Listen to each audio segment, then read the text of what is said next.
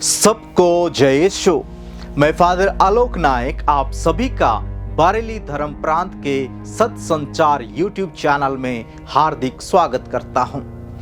आज हम चर्चा करेंगे एक बहुत ही महत्वपूर्ण और पवित्र संस्कार के बारे में, जो कि रोगी विलेपन संस्कार या बीमारियों का अभिषेक संस्कार के रूप में जाना जाता है। पवित्र बाइबल में हम पढ़ते हैं याकूब का ग्रंथ अध्याय 5 वाक्य 14 से 15 में, कोई अस्वस्थ हो तो कलीसिया के अध्यक्षों को बुलाएं और वे प्रभु के नाम पर उस पर तेल का विलेपन करने के बाद उसके लिए प्रार्थना करें। वह विश्वासपूर्ण प्रार्थना रोगी को बचाएगा और प्रभु उसे स्वास्थ्य प्रदान करेगा। यदि उसने पाप किया है तो उसे क्षमा मिलेगी। जी हाँ, तो आइए अभी हम समझते हैं बीमारियों का अभिषेक संस्कार का अर्थ और महत्व क्या है। रोगी विलेपन संस्कार का मुख्य उद्देश्य बीमार व्यक्ति को शारीरिक, मानसिक और आत्मिक चंगाई प्रदान करना है। इस संस्कार में पुरोहित पवित्र तेल के माध्यम से बीमार व्यक्ति को अभिषेक करता है और उसके लिए प्रार्थना करता है। इस संस्कार में अभिषेक का अर्थ है पवित्र तेल से अभिषेक करना। यह संस्कार बीमार व्यक्ति को ईश्वर की कृपा और सांत्वना प्रदान करता है, उसे पापों से शुद्ध करता है और उसे चंगाई प्रदान करता है। जैसे हमने देखा याकूब का ग्रंथ अध्याय 5 वाक्य 14 से 15 में यह स्पष्ट रूप से इस संस्कार की उत्पत्ति और प्रक्रिया का वर्णन करता है। इसके अलावा संत मार्कुस का सुसमाचार अध्याय 6 वाक्य 13 में लिखा है, बहुत से अपदूतों को निकाला और बहुत से रोगियों पर तेल लगाकर उन्हें चंगा किया।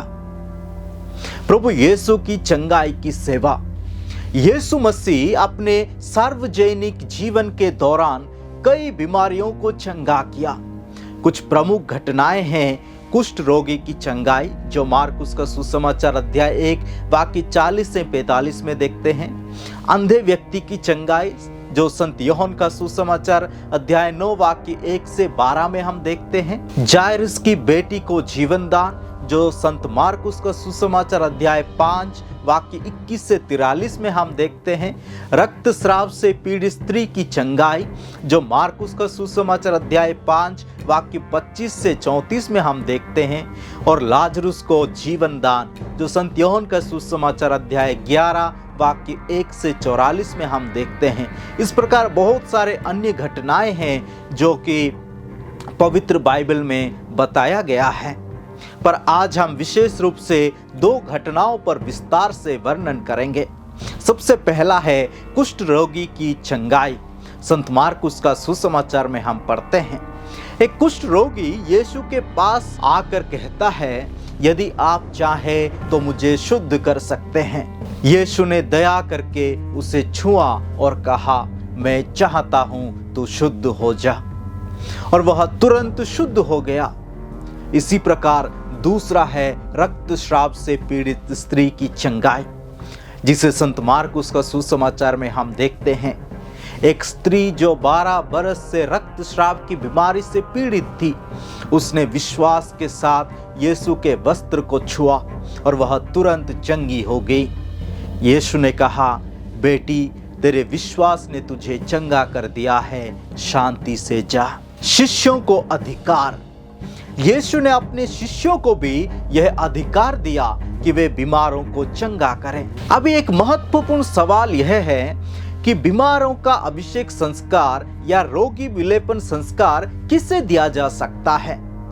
बहुत से लोगों के मन में यह सवाल है कि यह संस्कार केवल मरने के कगार पर होने वाले लोगों के लिए है, लेकिन यह संस्कार उन सभी के लिए भी है जो गंभीर रूप से बीमार हैं, ऑपरेशन के पहले या किसी भी मानसिक या शारीरिक संकट में हैं। यह संस्कार उन्हें ईश्वर की कृपा और चंगाई प्रदान करता है।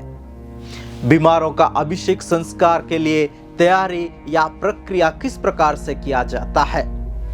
बीमार व्यक्ति और उनके परिवार के सदस्यों को शांति और प्रार्थना में रहना चाहिए और पुरोहित को बुलाना चाहिए और उससे बीमार व्यक्ति की स्थिति के बारे में जानकारी देना चाहिए।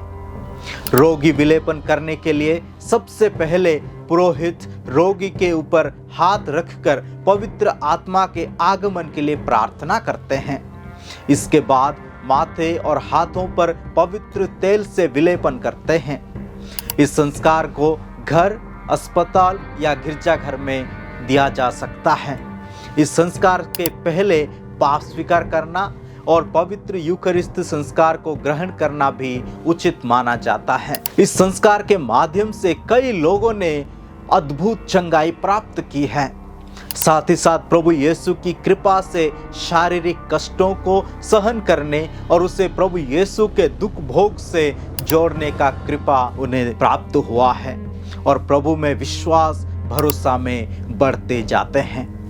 यदि किसी को प्रभु अपने पास बुलाता है तो यह संस्कार उनके अंतिम यात्रा के लिए योग्य तैयारी है। इस वीडियो में हमने बीमारों का अभिषेक संस्कार या रोगी विलेपन संस्कार का पूरा विवरण देखा है। यह हमारे ईसाई जीवन में एक महत्वपूर्ण भूमिका निभाता है और हमें ईश्वर की कृपा में बनाए रखता है। आशा है कि यह वीडियो आपके लिए लाभकारी होगा। यदि आप लोगों को हमारे ये संस्कार के सीरीज अच्छा लगा हो तो कृपया इस संस्कार के सीरीज को अपने परिवारजनों के साथ, अपनी पल्ली के साथ कृपया जरूर शेयर करें। इस सीरीज में कुल 30 वीडियो हैं। बपतिस्मा संस्कार से लेके रोगी विलेपन संस्कार तक आपको हर एक संस्कार के अलग अलग भागों में आपको वीडियो देखने को मिलेगा। आपको डिस्क्रिप्शन में सभी वीडियो का लिंक भी मिल जाएगा। कृपया इसे अपने दोस्तों के साथ, परिवारजनों के साथ, पल्ली वासियों के साथ शेयर कीजिए और विश्वास में बढ़ते रहिए। आप सभी को धन्यवाद।